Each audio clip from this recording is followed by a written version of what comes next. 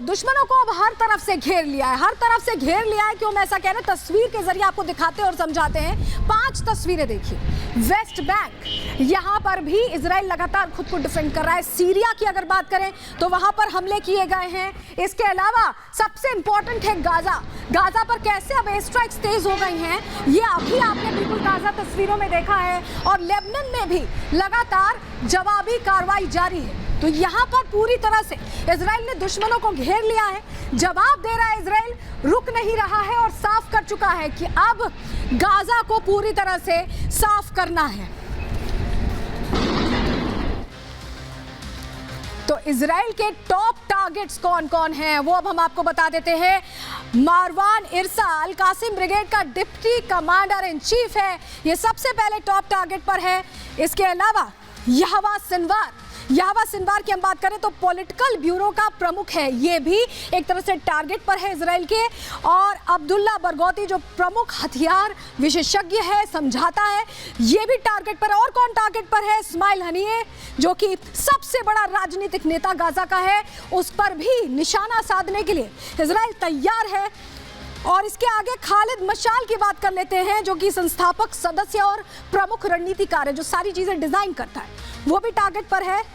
महमूद जहार कोर नेताओं में ये शामिल है। अगली तस्वीर आपके सामने रखें।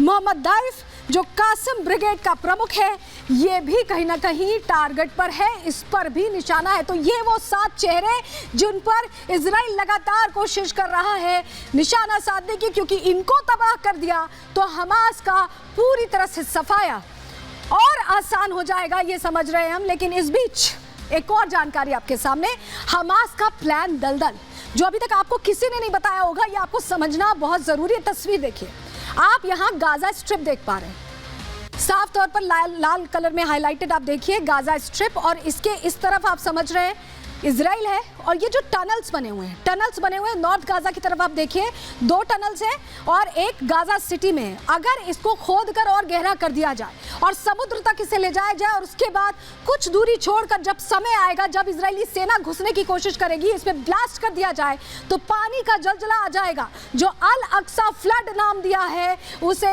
यहाँ पर कहीं ना कहीं कोशिश की गई है उस प्लान पर एक्ट करने की। और ये हिडन एजेंडा हमास का अब खुलकर सामने आ गया है, समझ में आ गया है। इस हिडन एजेंडे के तहत कैसे इजरायली सेना को रोकने का प्लान हमास ने बताया है, अब आपको रिपोर्ट के जरिए बताने जा रहे हैं। देखिए रिपोर्ट।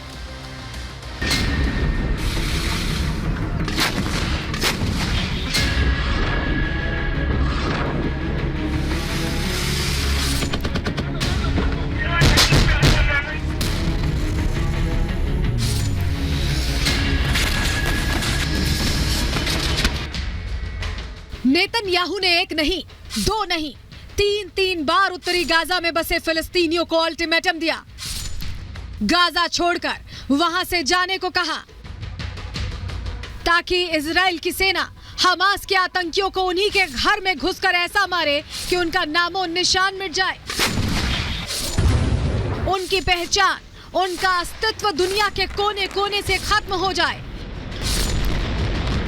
लेकिन जितना खतरनाक प्लान इजराइल ने हमास के लड़ाकू को ध्वस्त करने के लिए बनाया है, उससे कई गुना ज्यादा खौफनाक साजिश का इजराइल शिकार हो सकता है। यह दावा यूं ही हवाई नहीं है, इसके पीछे रक्षा विशेषज्ञ और विदेशी मामलों के जानकार बड़ा तर्क रख रहे हैं। इजराइल के हमास से धोखा खाने की एक बड़ी वजह गाजा पट्टी का भूगोल भी है। आज अंदर की खबर में गाजा पट्टी के एक कोने का विश्लेषण करेंगे और आपको बताएंगे कि कैसे 365 स्क्वायर किलोमीटर के एरिया में फैला गाजा हमास की जीत और इजराइल की शिकस्त की वजह बन सकता है। हमास गाजा में शासन करता आया है और उसकी सारी जानकारियां रखता है। हमास ने इसी का फायदा उठाते हुए इजराइल की सेना के खिलाफ सीक्रेट प्लान तैयार किया है, जिसमें उसका बेड़ा पार करने के लिए गाजा के महज 4 इलाके बहुत रहेंगे। मोटा मोटा आप समझिए 10 किलोमीटर बाय 40 किलोमीटर की पट्टी है। ये नॉर्थ है, ये साउथ है, यहाँ है मेडिटेरेनियन सी। अब गाजा पट्टी का 25% एरिया सी लेवल से नीचाई में है 25%, और वो भी ज़्यादा है नॉर्थ में, यानी कि बीत लहिया, बीत हनून, गाज़ा सिटी और रफ़ा, ये 4 इलाके हैं गाज़ा पट्टी में जिनकी ग्राउंड लेवल समुद्री लेवल से नीचे है।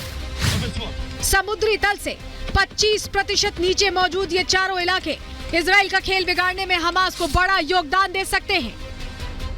कैसे, ये भी आपको आगे अंदर की खबर में बताएंगे, लेकिन ये जान लीजिए कि यहाँ हमास का टनल बनाने में एक्सपर्टीज होना भी गेम चेंजर साबित हो सकता है, और इन्हीं सुरंगों के कारण इजराइल की सेना गाजा की तरफ कूच करने में फंस सकती है।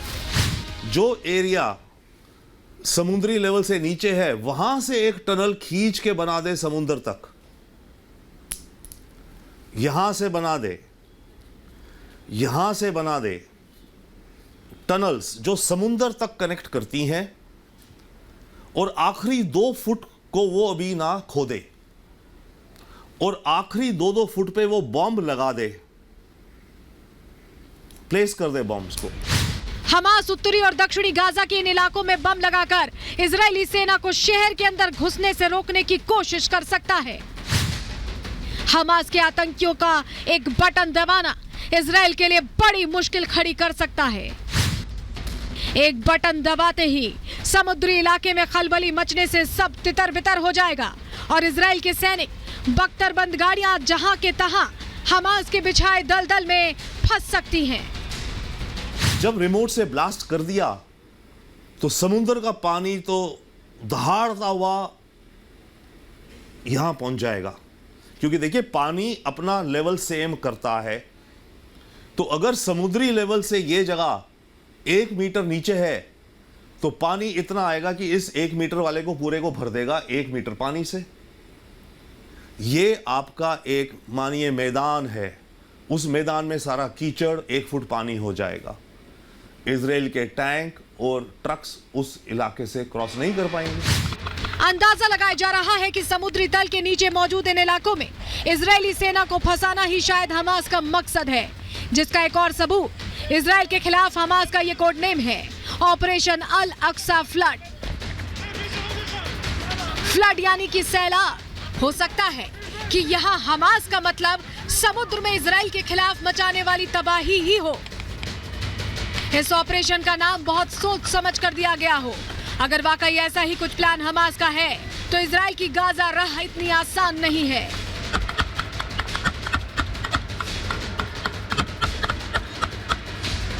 इजराइल के सैनिकों के लिए सांप के बिल में हाथ डालने जैसा है, जहां सांपों के डसने का खतरा बराबर बना हुआ है। इजराइल के लिए चुनौती बड़ी है, लेकिन अगर नेतन्याहू ने प्रण लिया है तो इस मुश्किल डगर का समाधान भी उनके पास होगा। हालांकि हमास इजराइल की जंग छिड़ने के बाद से विश्व में टेंशन चरम पर है। जंग बढ़ रही है और तबाही का सायरन लगातार बज रहा है। Bureau report, Republic Bharat.